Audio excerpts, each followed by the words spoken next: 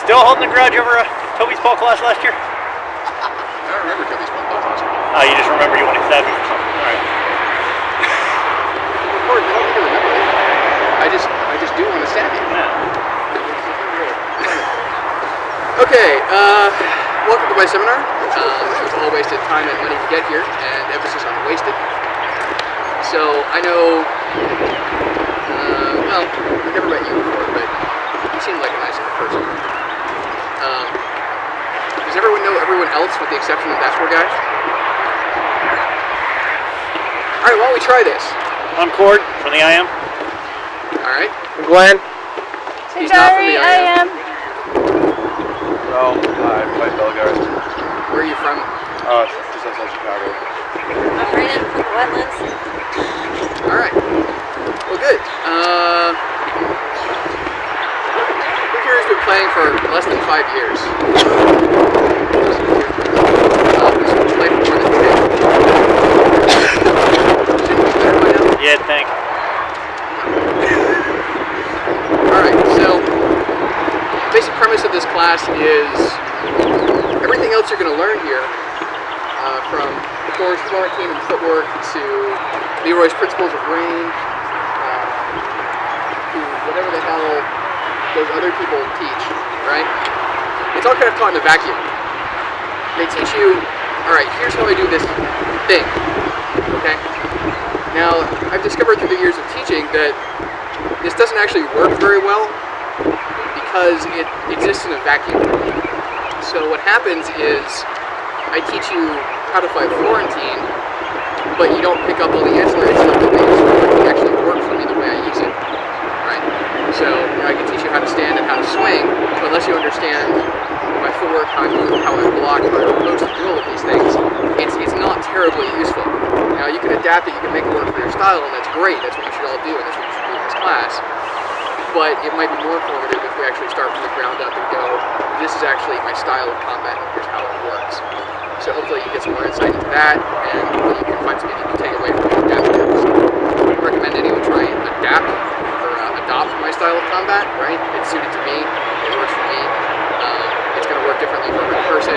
Glenn is a lefty, which actually makes not a hell of a lot of difference, but he's obviously going to have to make some adjustment in everything he does to make it work, even if it's just, switching stance. Cord is a skinny fucker.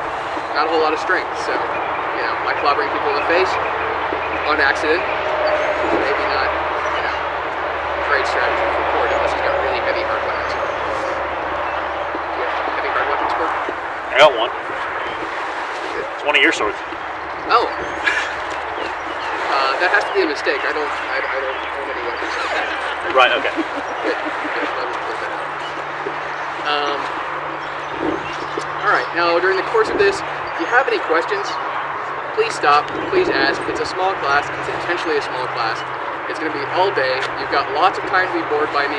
You've got a lot to cover, but we should be okay on that. It's much better that you ask questions and understand what we're going about rather than just go, yeah, I kind of get that. Make sure you actually get it, because if you have a question, probably someone else does too. And quite honestly, I may not be explaining it very well.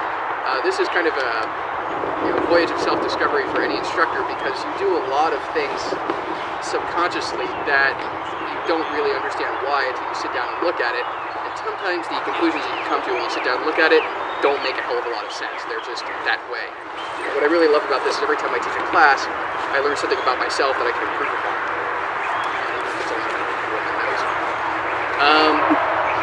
Alright, the first thing that we're going to work on is movement. Stance, and then movement. If you're not standing properly, nothing else is really going to work for you. Stance and movement, but stance specifically, is probably the thing that most people can do the best at to get an instant improvement on their game. Most people have horrible form, they stand in completely stupid ways, they leave themselves totally open, and they just don't think about it.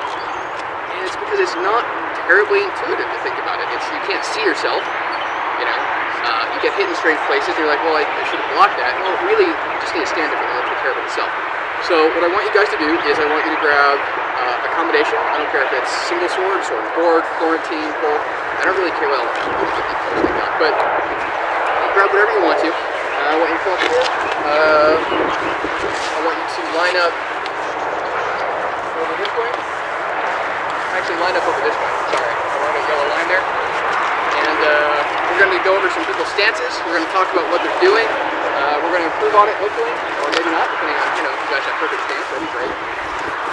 And we'll explain why it is that we're doing this and how it works.